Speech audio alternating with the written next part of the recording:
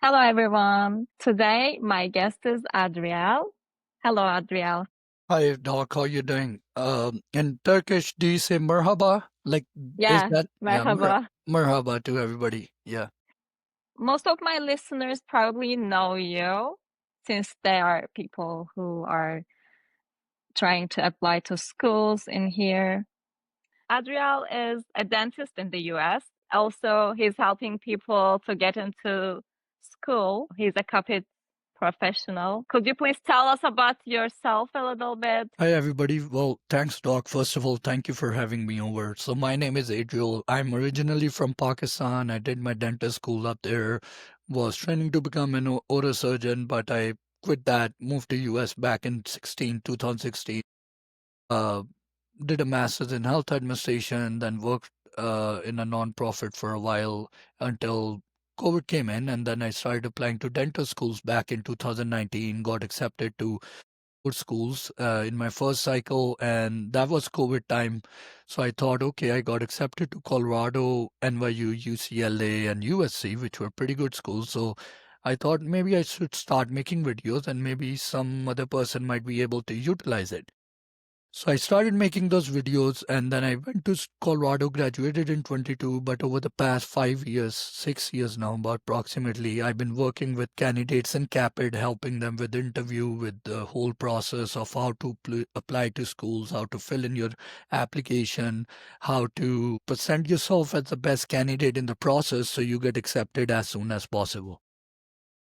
Awesome. Your journey is really inspiring for people who like to come here. I would like to cover two things in this episode. First one will be Cupid cycle, last changes in Cupid cycle. As you know, there was a virtual affair 2 weeks ago about the last changes of Cupid. And the second section of the episode will be about your own journey, which I am the most interested with. Let's begin with the Cupid and the last update. What are your thoughts about the last update? Do you think it will be more challenging? So tell me, what changes did they mention to you, like when you attended those?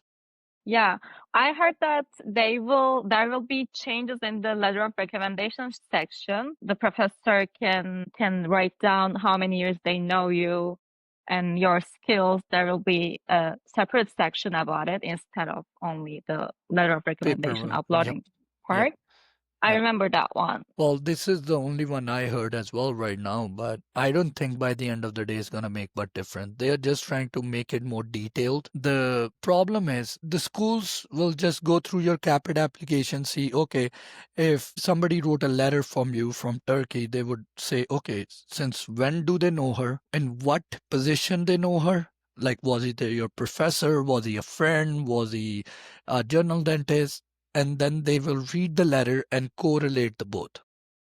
But I know from as a candidate, it's gonna be more work for you because there I don't exactly know, like people in Turkey are a little bit the schools are a little bit more organized, but there are schools in Cuba, in other part of the world, China, where they don't have time to do all of this for the candidate. They're gonna say, give me a paper, I'll fill it in, upload it.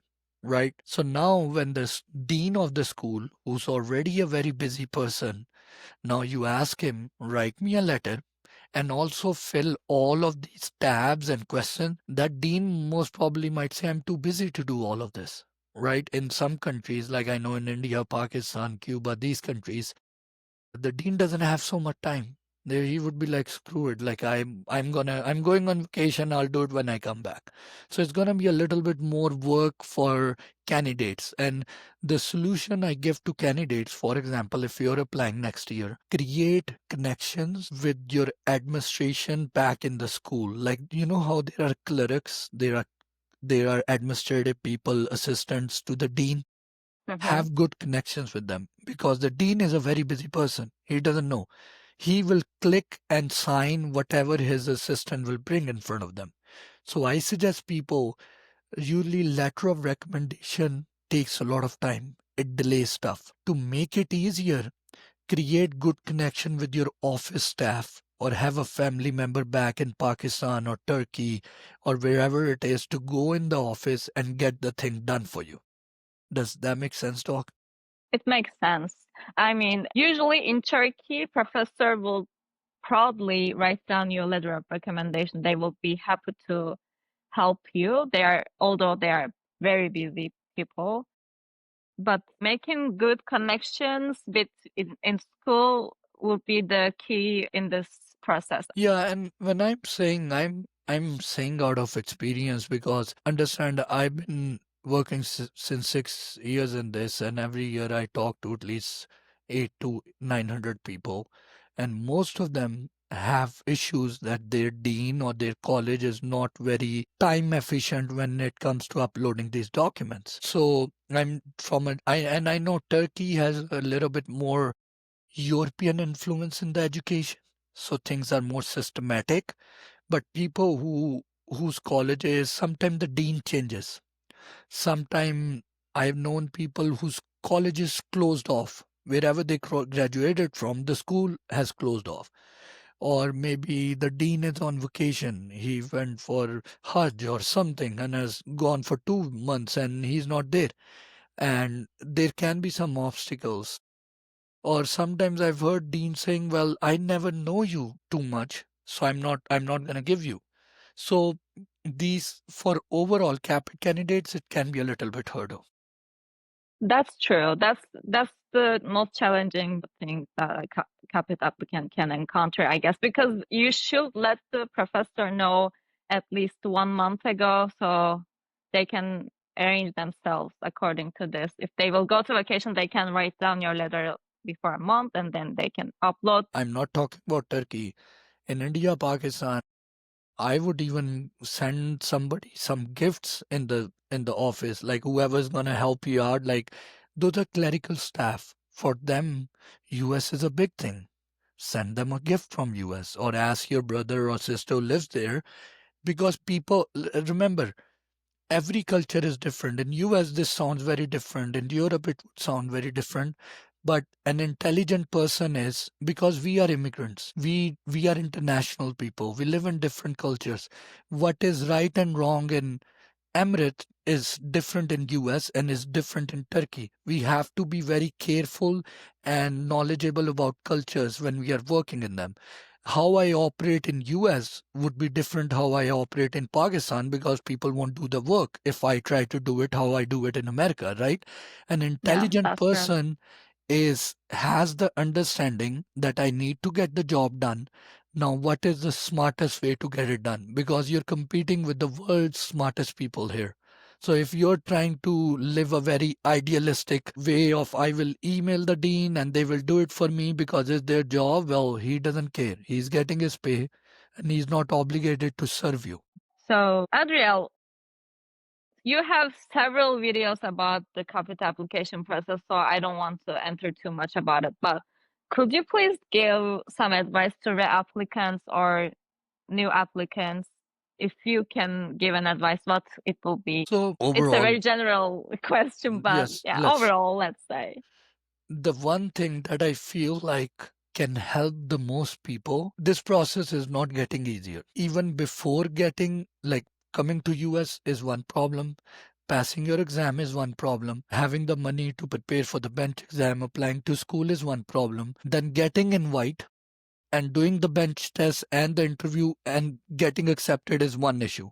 After that, there are more. So if you ever play a video game, in video game, there are stages. Stage one, then you go to stage two. The stage three is more difficult, right? That's why we enjoy it. This whole process, I graduated in 22. I became an associate.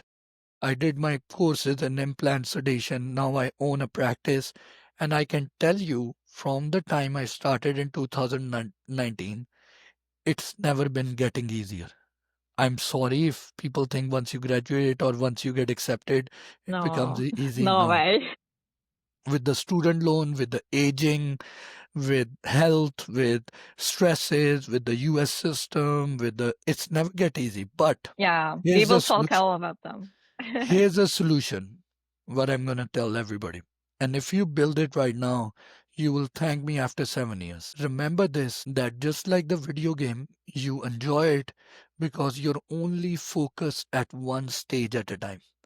99% of candidates are overwhelmed because they are thinking about getting accepted or becoming a dentist and making money, which is good. Yeah, it will be helpful to improve, but you should always think about the next step to protect your mental health, right? So, Doc, what I was saying that you need to break down this 100-mile marathon in 1 mile at a time. So, you like, for example, you can say, I'm focused on TOEFL.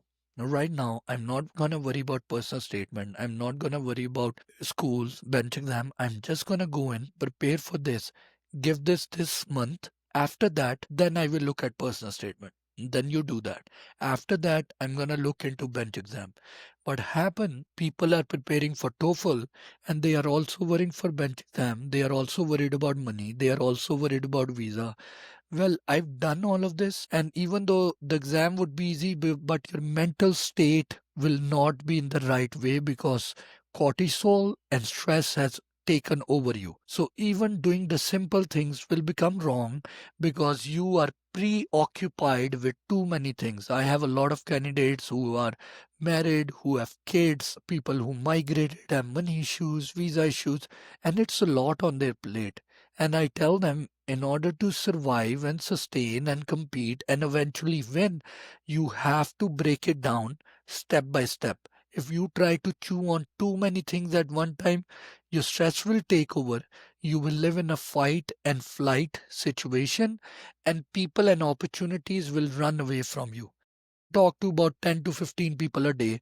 And one thing I try to avoid is somebody who's panicking. If they call me and they're like, Doc, I want to get accepted and all of that, I'm like, calm down. It's not going to happen in one day. It's not an event, it's a journey. It's not like, so stop. You got to breathe. You got to understand. You got to focus. Okay, this is the big picture. I can't do that. So that would be the one suggestion I would give everybody to write it down and understand this is a marathon, it's a journey, it's not one event. It's not like you hit one button and the computer turns on. No, sir. Or no, ma'am. Uh, That's not going to happen.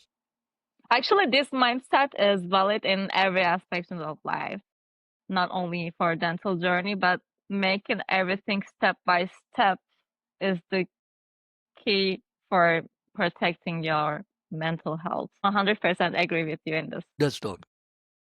Okay, Adriel, the thing that I'm really wondering, here it's coming.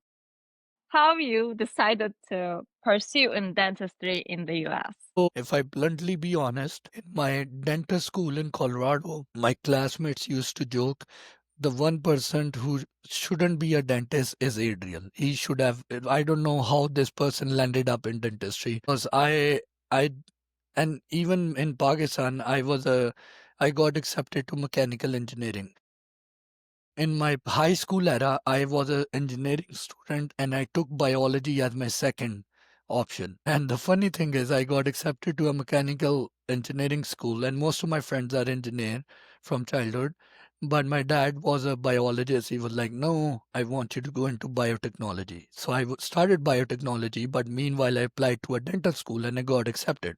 So that's how I landed up in dentistry. And after dentistry, in my last year, and I was a good student, like average student. I wouldn't fail. I was a backbencher, like I would be enjoying life, but I would study enough to pass, have all the funds and kind of like stuff. But then in my final year of dental school, my father passed away in a road traffic accident, and that's when things changed a little bit for me. I was like, okay, it was a traumatic phase of life. I was like, I want to do something with my life as a 22 years old guy. So I thought I'm going to become a neurosurgeon. I wanted to do a specialization. My school professor said you would be better fit in oral surgery. So I passed an exam. They put me in neurosurgery. I did that for 8 months, but I was like, nope, I want to do more. I want to try something new in life. And then I got some inheritance from my dad, which I sold off and I moved to US. And I started a master's in health administration. At that time, I thought I would never get to do dentistry again because it was very far away. I was hardly paying for my master's. I was surviving. I was doing all the odd jobs. I was fighting for the bare minimum in life to survive. Thinking about giving the board exam, and I can't come up with the 400,000 US dollar student loan. So dentistry was out of the picture. So I was just focusing on surviving, getting my visa right, doing my master's. Once it was completed, I got a good job. Things changed. I found some breathing zone. My Mm, visa started to get better. And when I got that breathing zone, I was like, let's give my part two, national part two. Already gave one, so I gave two, then I gave TOEFL, and then COVID hit. And the good part is the job I used to do for those 2 years, year and a half, was about I worked with a non-profit where I was helping refugees and immigrants in settling down, helping them with healthcare system, a lot of things with them. So I used to write a lot of stories about, like, I had to create funding for them. So I had to listen to their stories, write it down, listen to world perspective.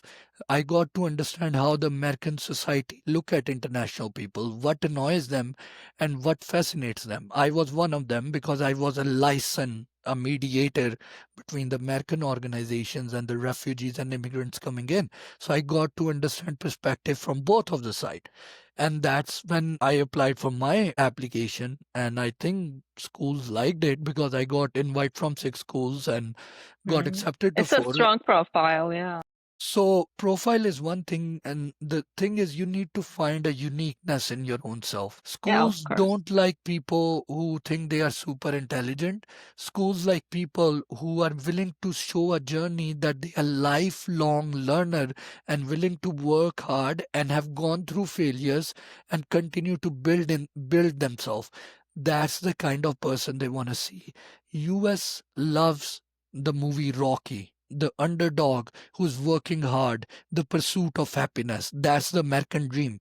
That's why they That's like true. us as an immigrant. So it's not about I'm like the king of my country, I'm the best dentist. That's like one of the stupidest thing I get to hear is No, when people are trying to show off. They don't care about your qualifications and all the medals. What they care about is your hard work, your failure, and your ability to learn while being a good that's team true. player. Those Can we say we need to kill our ego? the moment you walk through Department of Homeland Security, I think if they haven't killed your ego, then you're just living in a la la land. Because when you walk through that airport border control, they actually crush your ego at that time. And then when you go to the social security or when you go to the driving license, people like I went to Walmart. So I was training to become an oral surgeon, and the next week I was working in my college cafeteria mopping up the floor at 9 p.m. I went to Walmart. I said, "Can I get a trolley?" And the guy was looking at me. He said, "You need a cart, not a trolley." So over time, if I think ego as an immigrant is not even about killing the ego, well, you don't have any identity at all because you're a newbie, you're a fresh off the boat. So literally, you're making yourself from the scratch. I think people who have an ego don't even get to decide to move out of their country because they are very protective and scared. People who are willing to take in this journey voluntarily. I've met some people whose family migrated or they got married and they had to move to US. That's a different story. But most other people like you who are willing to voluntarily take on this journey, their number one thing is they don't have egos. That's why they are willing to become vulnerable. Because back home, you are a doctor. Everybody say, oh, doctor, doctor, doctor. No, you're nobody. You're going to work in 7-Elevens. You're going to work all the crazy jobs. So ego, I think, That's so ego. true. Ego doesn't even exist up here. This because the people who are coming in are very courageous. It's just you become a blank page as soon as you enter up here. What I'm trying to say is, fine, we are all blank pages, but how are you gonna write your poetry and your art and your life story on these blank pages to show yourself as a unique person? That's the real next step that you need to understand during this journey. It's fine. I'm gonna continue with your journey again. Okay, Adriel, biggest challenge you faced and how you overcome, reborn from your failure, and how to cope with failure in general in the process of being a dentist in the US because it's a challenging and long way. I want to listen your advice in terms of failure. To make it simple, maybe I will say I just go and cry in the sauna while I'm sweating so nobody gets to see my tear. That's my easy way to answer it. But the point is, failures, though, it just depends. Like, I think whenever you're going to try something new, you're going to fail, right? If you're not failing, you're not trying anything new. That's number one. So I can tell you failures right now when I bought a practice. If I start telling you stories of how many employee things have gone bad on me, how many weird things have happened to me buying a new business, that's a whole crazy madness that has caused my stress to go up. But being in the dental school, I was like, it was very tough. The first semester, you have to do a lot. It was a lot for me personally. And dealing with all of that was one stressful failure, kind of like I was failing in my head because I wasn't doing good enough, right? Then even coming to US, like you think you're the best, top notch, the most competitive person from Pakistan, but when you come here, you're the bottom of the pool. You're like the bottom of the barrel. You're starting from the scratch. You're nobody. And every day you feel like a failure. Even though you're trying your best, but you're not getting any result. You're applying to schools, you're looking for jobs. Nobody wants to keep you even as a dental assistant. And you're like, what's wrong with me? Like, am I cursed by God? Like, I would literally think like that in Pakistan, I had so many opportunities. I got a government job. I was becoming an Yeah, overseer. I can imagine. And then you're here not even getting a basic job any place. You're like, is God angry with me? And literally you look at yourself, maybe something is wrong with me. But one thing I'll tell you, you can make anything a failure. I have gone through different phases in life where my one of my friends something said to me, and even that small thing will cause a massive nuclear reaction of stress. And then there are times where somebody took away thousands of dollars, or my car got broken, or like my green card got stolen from the dental school. Like some big crap happened, but I'm still like, thank God, I'm alive. Who cares? We'll get it done, right? Yeah, we will survive. That's So okay. But I couldn't get my answer. What was your biggest challenge? What was the biggest challenge you it's encountered? Well, I think losing loved ones. I don't care about failing or losing money or failing in exams or not being the best in anything. I'm consistent. I'll get back up. But I think which take the most toll in my own life was losing loved ones, like seeing my dad die in front of me. That took a massive hit. Then otherwise, like I think as a guy, you're supposed to not, you can't cry, you have to walk, you feel it, you just have to wake up next day and you have to do things. You suppress your emotions because you got to do what you have to do, and that's just part of life. But even for females, but after a while, all the emotions you suppressed, right now I can tell you, after passing my 30s, I was a workhorse. I would work 3 jobs. I would drive 3 hours away for my school from my house. I would work 80 hours. I wouldn't care, won't eat, won't sleep.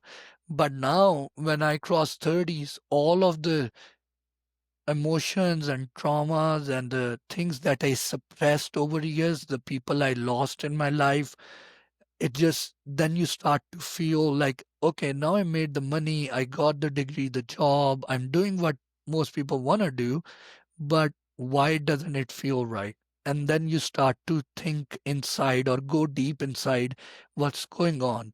Why do I feel tired? I was talking to a longevity doctor. I asked, what's the best way to live healthiest and longest? He said, do what you love to do, right? Yeah, The point that's is, true. as an immigrant or as a student or when you're under loan, you have to do a lot of things that you're not happy with. You have to make those choices, right? As a strong Yeah. person, you will do it, but that will add a burden on your subconscious. After 10 years, your boss will say, you gotta kick out this patient, right? You have to do things that you did not wanted to do, but you have to do it. What happens as you age, those things build up in your psyche, and you Yeah, we have to. shouldn't see them as a burden. Instead, we should see them as a process that builds the Well, it's everybody's Yourself, build different. yourself. Everybody's Yeah, different. everybody is different. We I should can tell consider you, everything. I have a lot Hmm. of friends who would have breakup and next day they would be like jumping crazy and happy. And then I've seen people who would have breakup and they would be they would be in serious depression. So first of all, I've learned one key doesn't fit all, but the biggest challenge I feel is when you're going through a lot of competitive state, like day and night you're all about work, work, work, work, you overlook a lot of your health issues, mental issues, and at time they can come back at you after a certain age and time. So if you watch any of my videos, I tell people who are going to pursue dentistry, train yourself like a football athlete, like a basketball, tennis athlete. Make sure you sleep right, you eat the right food. Because one thing I'll tell you, if you drink soda or pop or Coca-Cola in Turkey and then you drink the one in US, the US one is way more shittier. There's a scientific reason because the sugar up here in US is much more ultra processed and Yeah, that's true. I'm they really use interested with the topic, by the way. I'm always questioning what is the ingredients. I always look at them and I always compare with them with Turkey. they use corn syrup up here. In your country, they would be using sugar cane, which is more natural. In US, I was in a lecture the other day. I'm sorry I'm going on a tangent, but this is important for young people to know. Yeah, France, Italy, Japan drinks more alcohol, smokes more, but they live 20 to 15 years longer than American people. The reason is because the US diet is very processed. Over time, as soon as you make a little bit more money, my suggestion is go to a Turkish store, go to a Chinese, Indian store, and get products which are international. Even though they would be old, but they will be less processed. Because definitely. in US they want to make everything convenient, fast, fast. So even your food is not raw; it's very processed. And one of the thing is make sure you work on your sleep, train like an athlete, and eat healthy food because you're going to become a dentist in next years and then you're going to have a lot of work to do. But at your age, if you haven't fed your systems good diet, when you go into practical world, your systems won't be able to manage all the stress, the student loans, so they add up. So from day one, train yourself like an athlete, like warm up, like be in that when you're 35, 40, and you're working, your body is like 25 years old, and you can do much more work, and you can pay off your student loan, and you won't be burnt out. Does that make sense, Doc? It makes very sense. That's so true. I'm really interested with the American diet research. I'm always look at them. And in long term, even though you don't recognize it, it will change your brain chemistry and it causes so many problems in your mental health. So to protect this, I guess you're right. You should go to international stores. You should Organic food. consume less processed organic food. Even though they say organic, sometimes it's not organic. We are seeing in the news every day. So the biggest challenge is just to make it easy is just every time you conquer one stage and you go back, during that war you fought and you won, but later on you see you are bleeding from the last war that you fought. It's easy Yeah, to win, but there's a price to it. I know there's a price. I have a side to me which is very competitive. And if I go into that mindset, I go in a very kind of like a competitive, I don't care whatever happens, I'm going to get it done. And I get it done. But when I'm done, then I realize how much cortisol, how much anger and pain I went through, and how much damage I did to the people around me because I was in a state of either do or die. And that's how we are. And now I'm learning that I have to be careful. That's so deep, but true. Yes. Okay, my next question, Adriel. Adriel, do you feel proud of yourself when you help people to get into school? What is the time you most feel proud of yourself? Do you I feel feel I proud? Okay, I think the time I feel, it's not being proud at anymore. It's more about we live for recognitions. Human want to be appreciated. If I say, oh, you're a Turkish person, Turkey has a lot of beautiful museums, churches, it has mosques, it has so much beauty in it, there's so much tourism. You love that somebody's recognizing your origin, your country, right? We as humans, it's after a while, you don't eat dollars. You don't eat money. In the start, we are fighting to survive, have food in our stomach, have sleep. And then you realize humans tend to live then more, they have more needs than this. So it's not just, I wouldn't, it's not being pride, it's just being, I was in Philadelphia and I was working at gas stations, going through masters. I have lost 16 kg, about 8 kgs, which is 16 pound of weight in 3 months. I sold, I worked in warehouses. I sold roses on streets. I've done a lot of crazy stuff, and I didn't used to tell anybody in my family because they would have said like, "Are you crazy? Come back and become a surgeon again. What the hell are you doing?"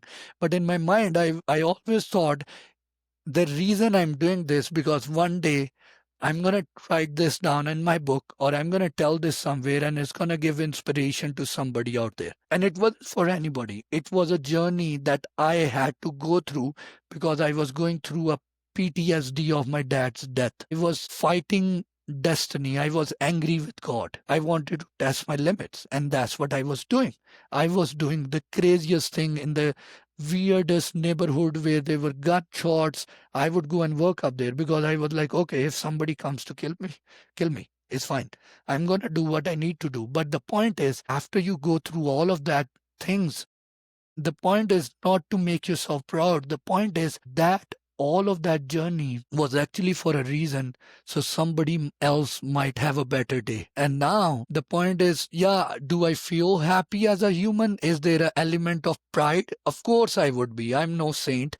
But eventually, in my head, or at least in my conscious, the enjoyment is that I can, whatever the pain, the problems I went through, they came for a reason because now they are able to help somebody else.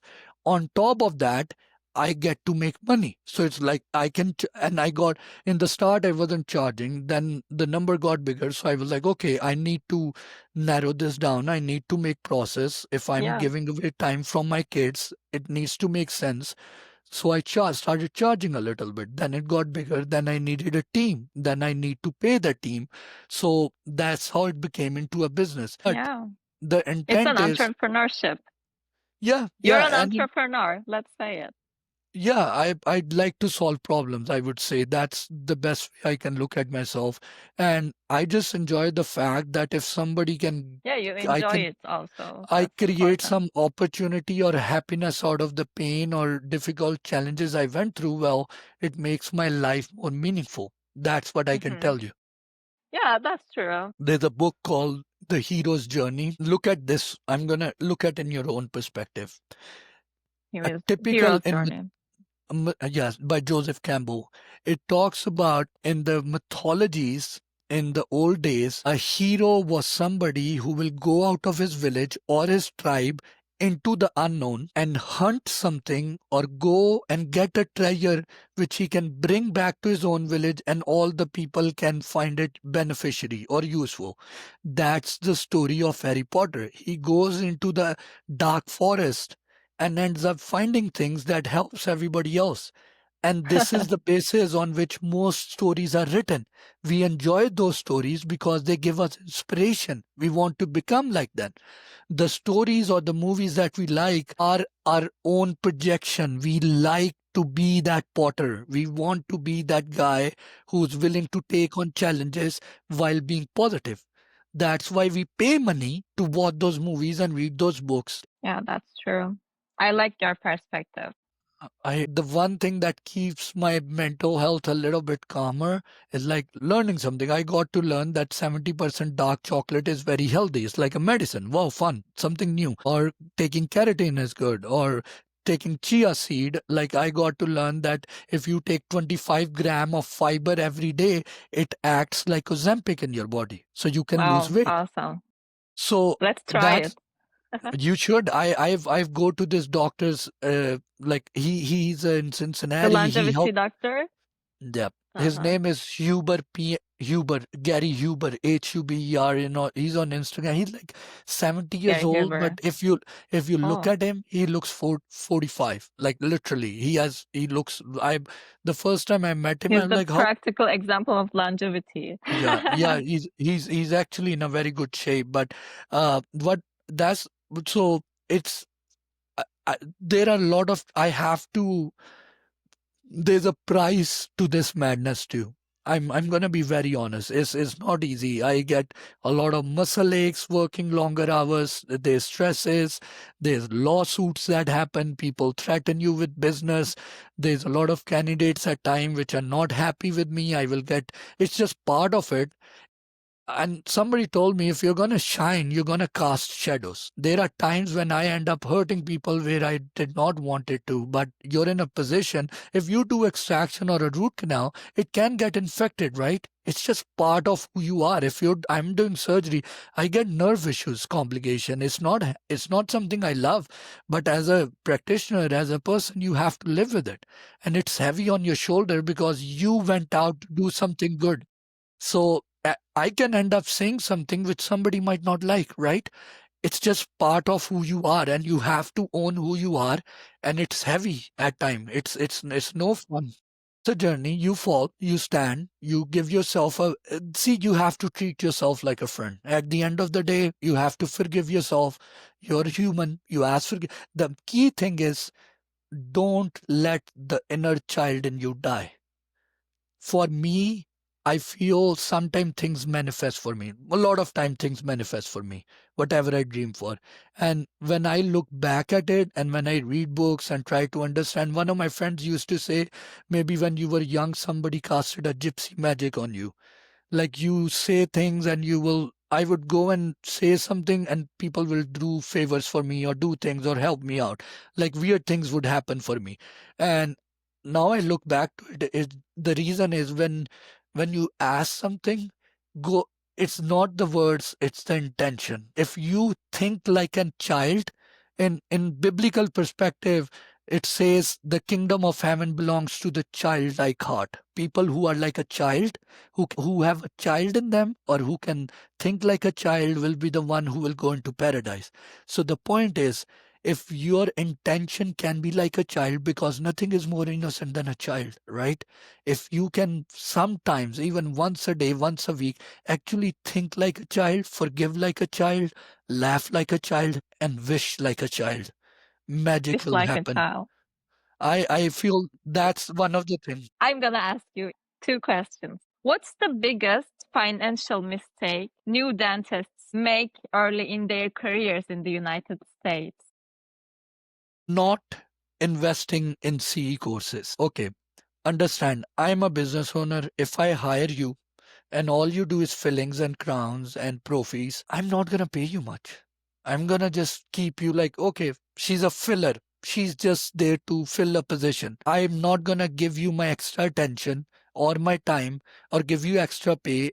You can't even negotiate with me your pay. Like, who are you? What are you bringing on the table? So, number one thing, while you're young, go crazy on good C courses that will give you some experience. Because if you walk into me and you say, Doc, I can do molar endo, I can do implant, I can do wisdom, or I can do sedation, or I can do ortho or botox, I need more pay. I'm like, okay, losing this doctor is going to be very expensive. Give her what she wants. It's Mhm. all Yeah, business, that's right? true. Everybody. So, Investing number one, yourself. see, my cousin used to tell me as a dentist, it's not your practice. You are your biggest asset, your physical body and your skill. If I'm in a right mind, I can go and see two more patients and make $1,000 more.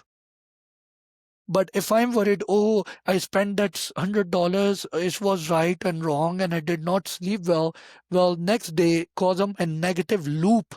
I'm not gonna make the right decision and lose another $2,000. So I was sitting with two dentists who are associate. I was like, we are like a Formula One car. We get out, we go on the track, and we stand on the pit shop. They change our tires, and we are not worried about losing tires because we gotta go out fast and we gotta win. Screw the tires. Lose money if you have to, but gain that. Keep yourself on the top of your physicality and your skill. Do not regret on past traumas, emotion, and money. Yep. You can make that money. You can make it very easily, but you will make it with good physical strength and mental strength and getting skills. To get skill, you have to travel, right? You have to work. You have to go and sleep in hotels, stand for hours. If you want to learn from me, if you come and say, Doc, teach me wisdom, teach me full marks, I'll say, okay, come stand, hold the section for 3 hours, do all the dirty work, help me out up here. And after a day or 2 days, if you're doing it, I'm like, okay, do the next extraction for me. The second question. Okay. How long does it take for a dentist to be able to afford a Porsche? If your friends or dentists, listen to me. Work on your health, work on your skill. You can buy a new Porsche every year. It just takes a little bit time. Don't worry about it. But I've seen dentists who will buy a Porsche but don't have the hips to sit down in it because their back hurt. My issue Yeah. with the dentist is not that you can't afford. You can afford Porsches, trust me. It's no difficult. It's the goddamn stress that takes you down into your grave. You end up in divorces, you end up on cocaine, you end up on med pills, because eventually you will learn what all you need to learn is one or two skills and do it every day in fast speed, right? The only downside to it is when you keep doing it for 3, 4 years, you wake up with numb hands. Literally, I've done that. Yeah. So understand, if your mind and your body are aligned, the rest will come. So work on those, have that mindset, build from there, build yourself like an athlete. All right. And yeah, the Porsches and stuff, they will come. Trust me. Yeah. That was the last two questions. Thank you, Adriel. I don't want to close it. Do you have more time? I'm going to stop recording, but I want to continue to talk like 10 minutes. Okay. Yeah, we can end Okay. up. Thank you so much, Adriel, for being the guest for Dr. Beyond Borders podcast. Thank you for all of the information you gave us. I really Thank you. enjoyed Thank this you for your podcast questions. episode. Thank you for your questions, Doc. It really, the host, the way they ask questions matters a lot because they are the one who are director of the show, right? So good job on your part as well. Thank you so much.